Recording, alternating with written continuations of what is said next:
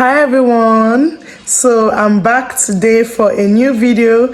Sorry for the long hiatus. I've been so busy with my work and trying to put my food business together and my export business. There's so many things I've been up to, guys, so I've not had the time to do this video. As you can see, this is like a rush video that I'm doing.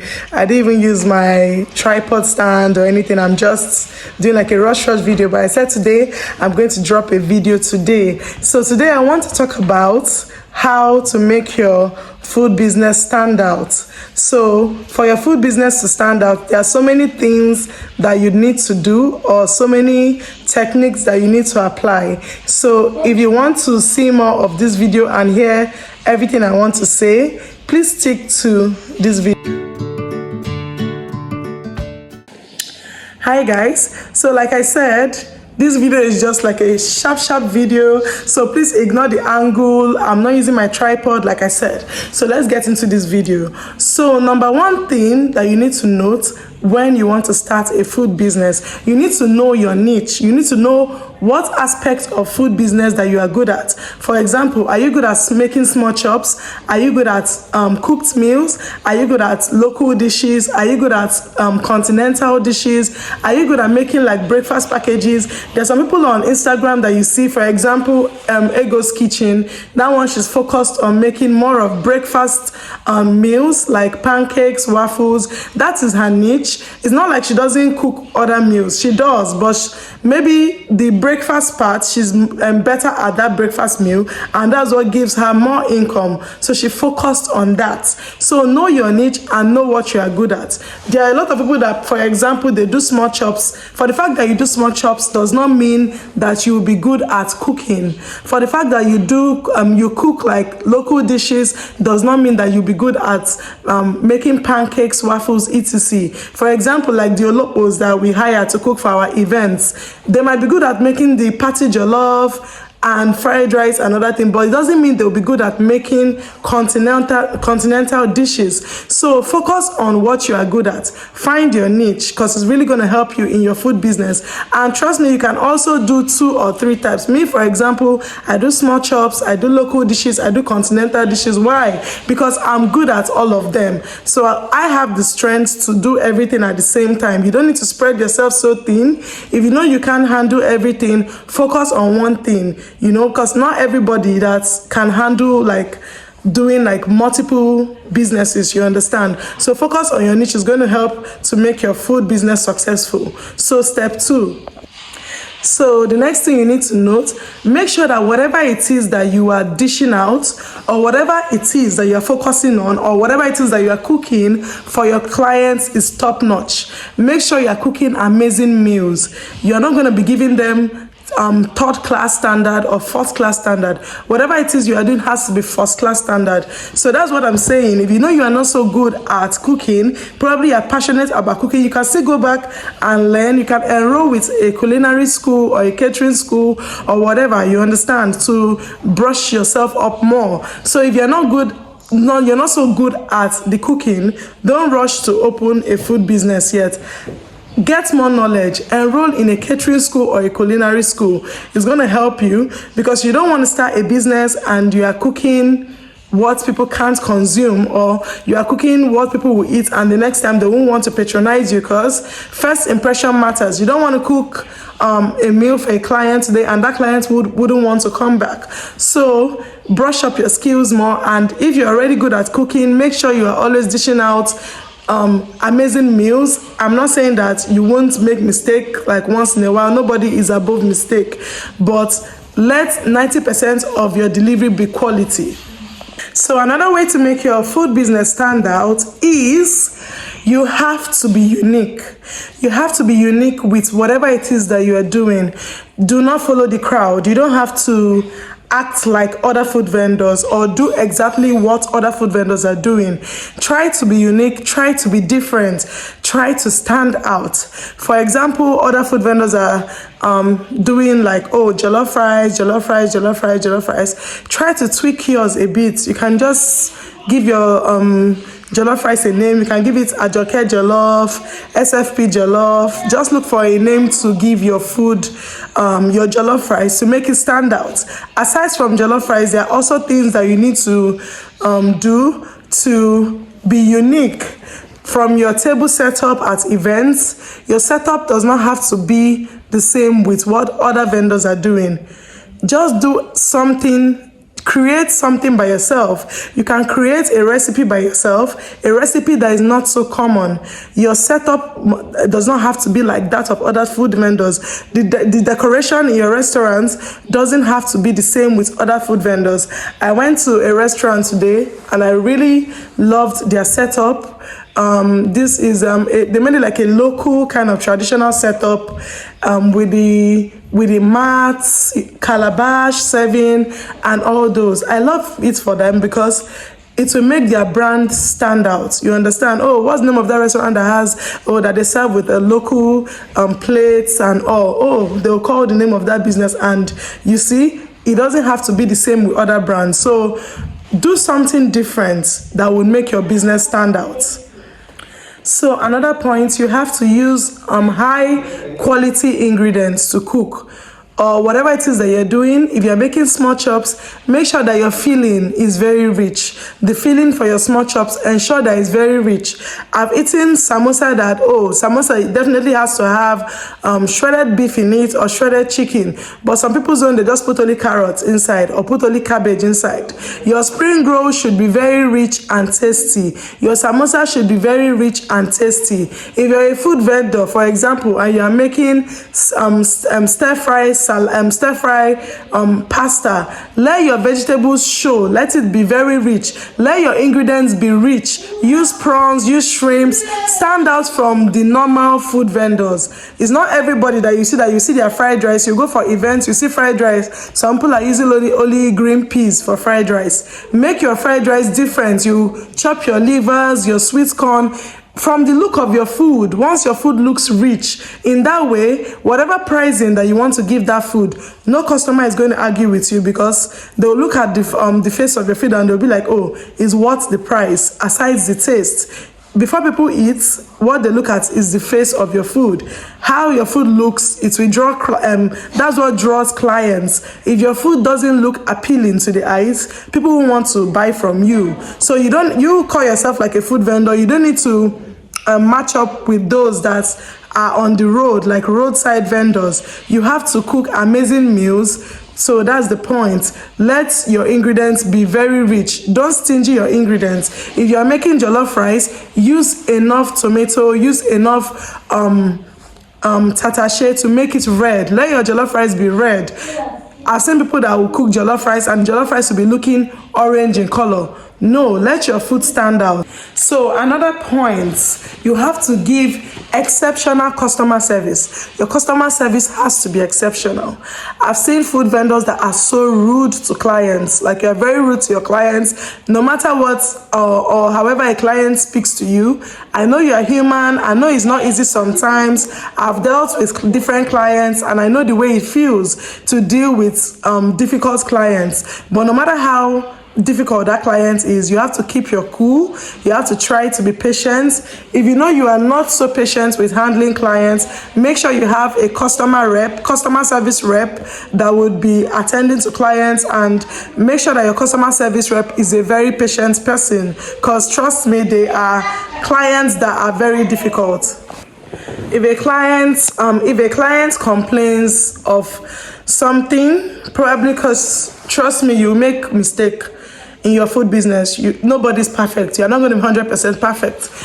And for the fact that you have staff working with you, you have different hands working with you, so mistakes will definitely be there. But if a client complains of a mistake or something, please ensure that you apologize to the client and try to make it up to the client. Me, for example, maybe my clients complains that, for example, a client complained one time that, the meal one of my chef made was salty.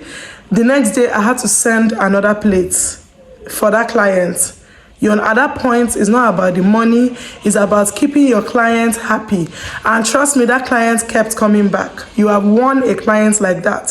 So try to always please your clients. Try to please your clients, because you don't know who they will refer you to. Because trust me, the best form of marketing is referrals, aside social media and other forms of marketing. When people refer you to other people, it's very good. I think that's the best form of marketing, because they are telling a friend, telling a friend, telling a friend, telling a friend, telling a friend, telling a friend.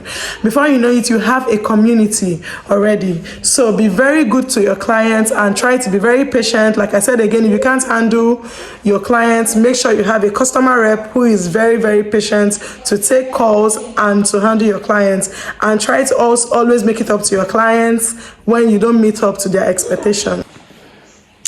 So another point is, when you are employing people, ensure that you employ patient people and very kind people, because that's one thing, for example, that I try to observe.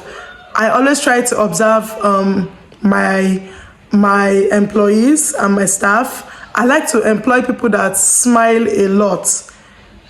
The people that smile, people that are friendly, I like to employ them, because it's going to have an effect on my business. You don't want to employ people that are always very angry, always squeezing their face. Imagine a client coming to your restaurant and your employee or whoever it is that's attending to the client is squeezing their face and not smiling.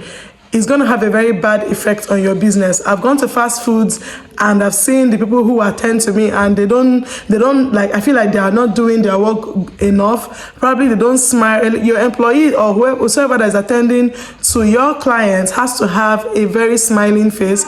And also, aside that, you need to teach your employees how to attend to clients, how to resolve issues. In case you're not around, you need to have a manager that can be able to resolve issues in your absence. So another point, take advantage of social media marketing. I can't overemphasize this. Take advantage of social media marketing. Don't be one of those who are on Instagram only laughing at jokes, laughing at skits. I'm not saying you shouldn't have time to laugh or crack jokes and all, but trust me, people are making money off on this social media. People are making a lot of money on social media. Some people are even getting paid on social media. TikTok is paying, Facebook is paying, YouTube is paying. Take advantage of social media marketing. You get a lot of clients on social media.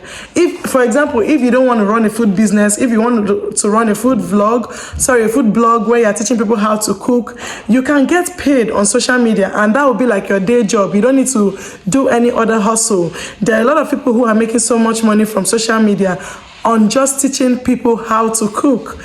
And if you need clients, you're not going to get clients by just sitting down in your house or just scrolling on your phone and commenting on any blog that you see and dropping comments on things that you have no business to do with.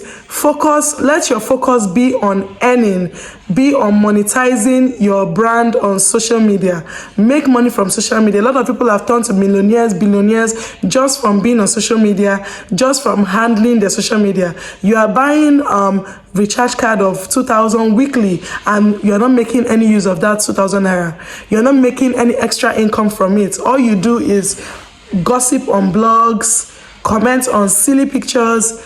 When people are cashing out on social media, people are really cashing out on social media. Don't joke with social media marketing. Your Facebook, your TikTok, your Instagram, every other form of social media, do not joke with it, because people are cashing out on social media.